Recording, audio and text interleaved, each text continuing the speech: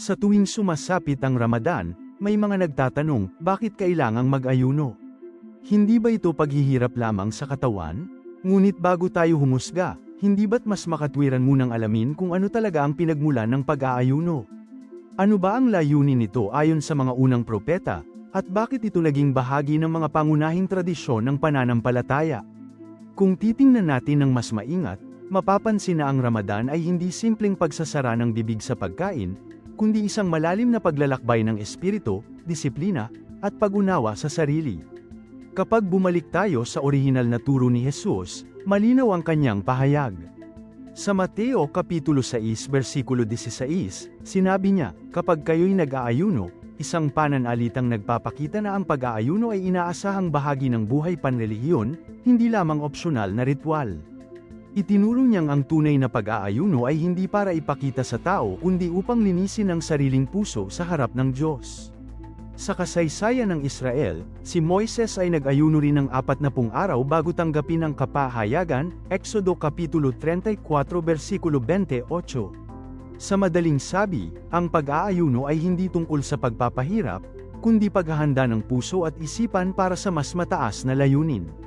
Sa Islam, ang kahulugan ng pag-aayuno ay malinaw na ipinahayag sa Quran, ipinag-utos sa inyo ang pag-aayuno, gaya ng pag-uutos sa mga nauna sa inyo, upang kayo'y magkamit ng takwa. Hindi ito bagong alituntunin kundi pagpapatuloy ng matandang tradisyong espiritual. Ang layunin ay takwa, ang pagtaas ng kamalayan sa presensya ng Diyos, pag-iingat sa sarili mula sa maling gawi, at paglinis ng kalooban. Sa isang kilalang hadith, sinabi ni Propeta Muhammad, ang pag-aayuno ay kalasag, isang paggunita na ang Ramadan ay pananggalaban sa masasamang pagnanasa at mapanlinlang na hangarin. Sa paglipas ng panahon, nagkaroon ng iba't ibang anyo ang pag-aayuno sa loob ng Kristyanismo. Sa unang mga siglo, ito ay mas nakabatay sa espiritual na layunin. Ngunit pagsapit ng gitnang panahon, nagbago ito at naging mas ritual na panlabas, paghihigpit sa pagkain, pagbabawal sa karne, at pagtatakda ng mga araw ng pag-aayuno. Ang mga pagbabagong ito ay hindi tuwirang galing kay Jesus kundi bunga ng pagsasaayos ng komunidad, impluwensya ng kultura, at desisyon ng simbahan. Sa pagdating ng makabagong panahon, lumuwag ang pag-aayuno sa maraming bansa at simbahan, minsan ay nagiging simboliko na lamang, at hindi na katulad ng intensiyong moral at espiritual na itinuro ng mga unang propeta. Sa Islam naman, nanatiling matatag ang anyo at layunin ng pag-aayuno mula pa noong 2nd taon ng Hijra, nang ito ay opisyal na gawing tungkulin ng mga Muslim sa pamayanan ng Medina. Hindi ito itinuturing na parusa, sa halip, itinuturing itong paaralan ng kaluluwa. Sa Ramadan natututuhan ng tao ang pagtitimpi, ang pag-unawa sa hirap ng kapwa, at ang paglimita sa pansariling kagustuhan upang mas umangat ang espiritu.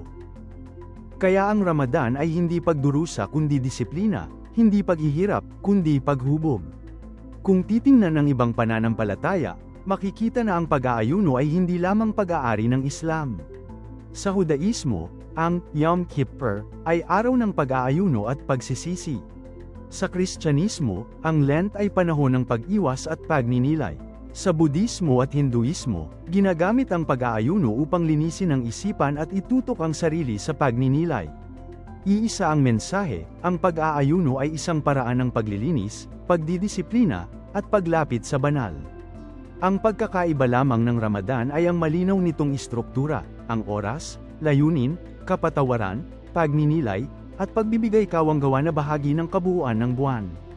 Kung kaya't ang pahayag na, ang Ramadan ay pahirap lamang, ay isang pagkakaunawang hindi nakabatay sa totoong layunin nito. Totoong nararamdaman ang gutom at pagod, ngunit hindi yun ang maging dapat na atensyon. Sa katunayan, maraming pag-aaral ang nagpapakitang ang tamang pag-aayuno ay nakatutulong sa kalusugan, sa metabolismo, pagpapahinga ng mga laman-loob, at paglakas ng disiplina sa pagkain. Ngunit higit pa sa katawan, ang Ramadan ay nakatuon sa paglinis ng ugali, pagpigil sa galit, pag-iwas sa paninirang puri, paglalaan ng oras para sa pagdarasal at pagbibigay sa kapwa.